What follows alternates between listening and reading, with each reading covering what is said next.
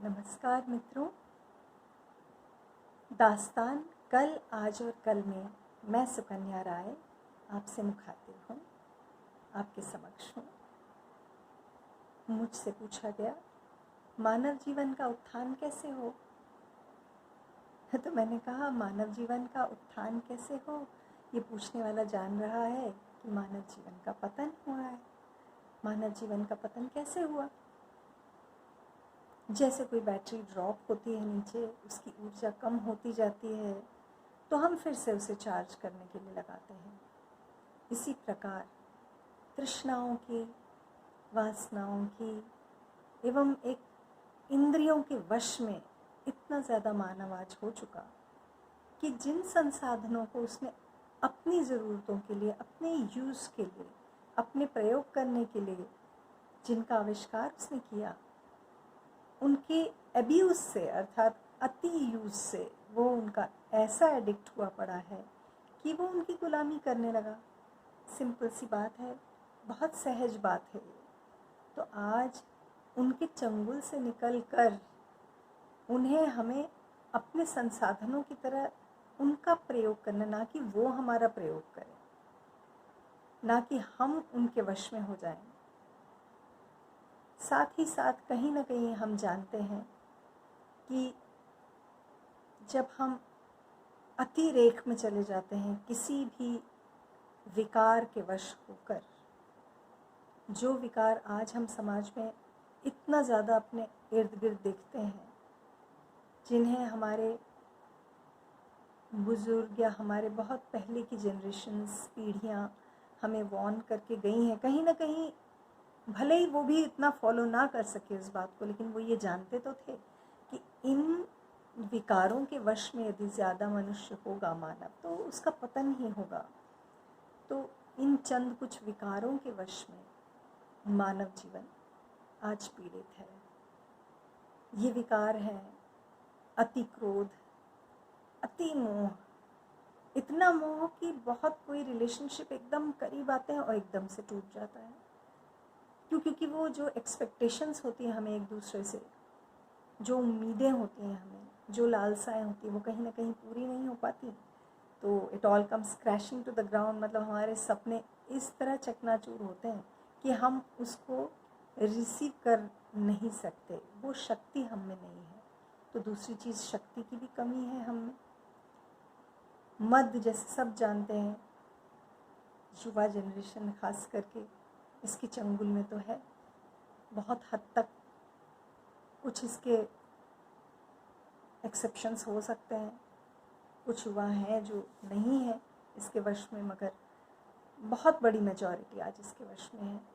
लोभ, एक दूसरे को देखकर प्रतिस्पर्धा, जो कि स्वच्छ या स्वस्थ प्रतिस्पर्धा भी नहीं है।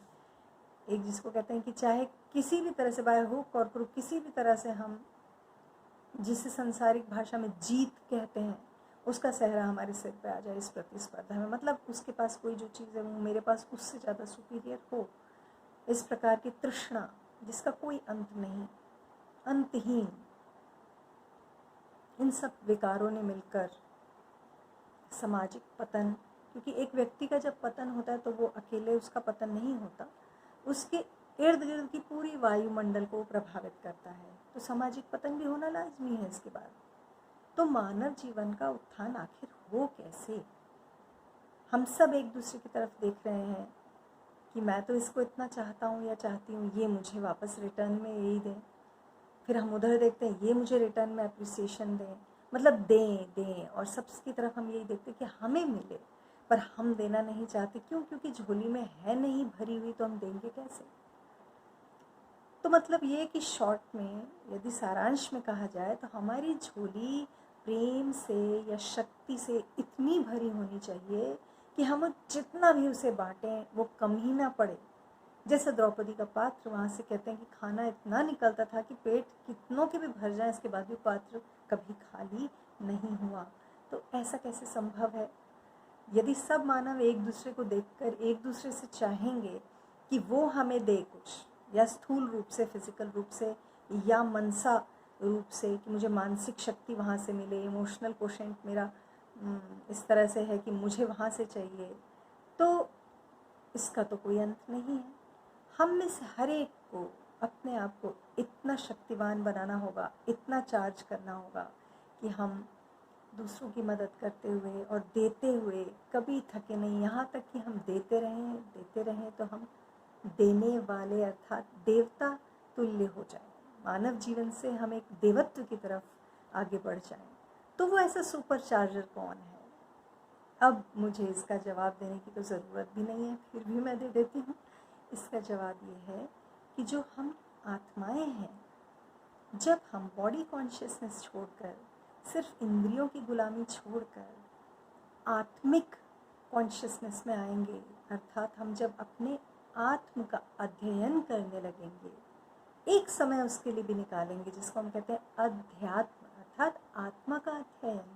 तो जितने हम इसके कॉन्शियस होते जाएंगे कि मैं एक आत्मा हूँ, सिर्फ ये शरीर नहीं हूँ, ये तो एक ड्रेस है, तो इससे हम एक सुपर चार्जर या सुपर पावर हाउस के संपर्क में आना शुरू कर देते हैं धीरे धीरे। यकीन नहीं होता?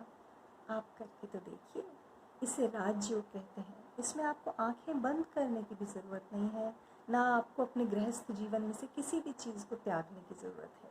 इसी में रहकर मानव जीवन अपना उत्थान, हर मानव अपने जीवन का उत्थान बखूबी कर सकता है राजयोग मेडिटेशन द्वारा, जहाँ वो उस परम आत्मा जो कि प्रेम का और शक्ति का सागर है, आनंद का सागर है।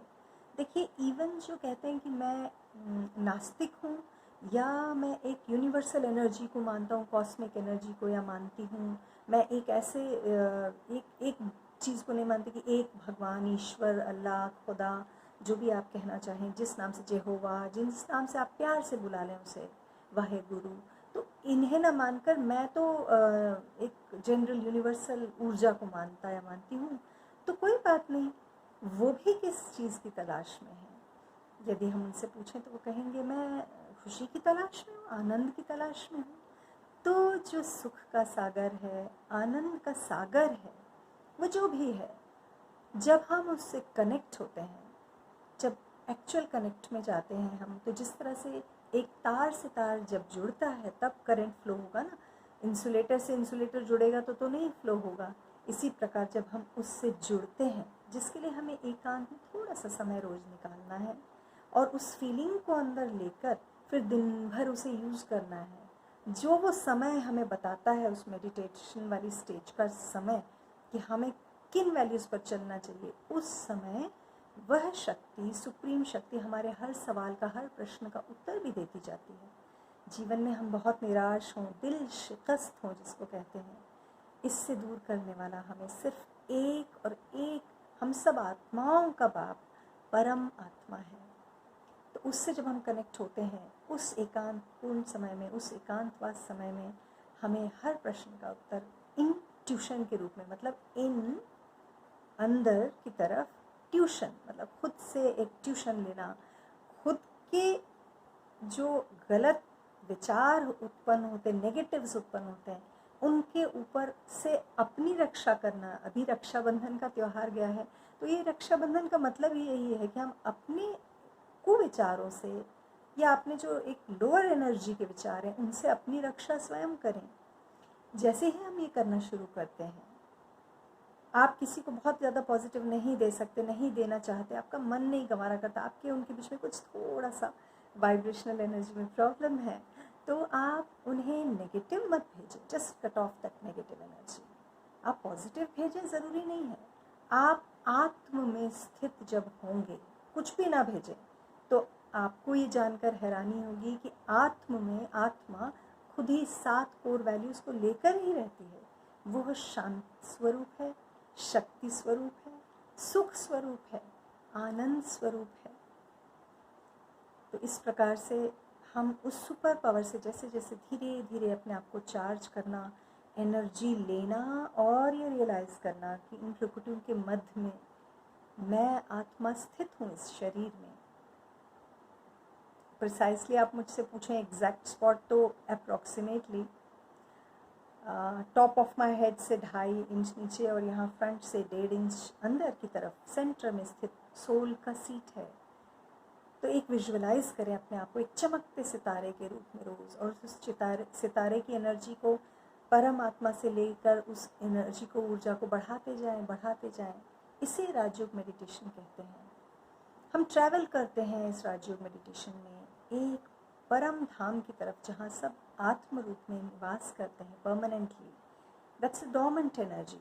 यहाँ हम एक चलायमान एनर्जी के रूप में अवतरित होते हैं एक साइकिल में। इस प्रकार जब मानव जीवन उत्थान की तरफ बढ़ेगा तो हम देखेंगे हम में से हर चमकता सितारा जब अपनी फुल लाइट, फुल पोटेंशियल को रियलाइज़ करता है तो हमारे इर्द गिर्द का वायुमंडल भी बदलने लगेगा। आज हम देख रहे हैं हमारे आसपास की वायुमंडल से हमें क्या चीज़ें हिट कर रही हैं, कैसे आ रही हैं और कैसे प्रभावित कर रही हैं।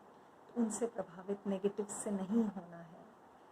यदि मेरा ये वीडियो आपको अच्छा लगता है तो मैं और भी बहुत अच्छी बातें लेकर आपके सामने ज़रूर फिर से आऊँगी। तब तक के लिए नमस्कार। ओम शांति।